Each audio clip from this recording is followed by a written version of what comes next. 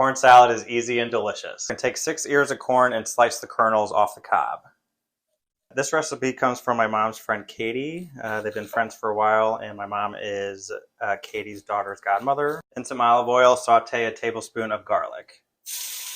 I use garlic because I'm not going to peel and mince garlic. So saute the garlic for only about a minute.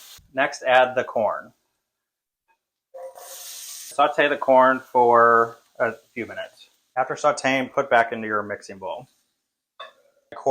Half a pint of cherry tomatoes. And chop a bunch of cilantro. Dress the salad with a tablespoon of balsamic vinegar.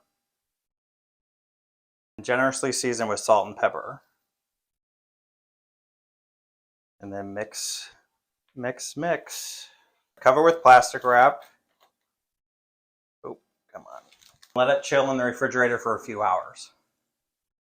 Let's give it a try. That is really good.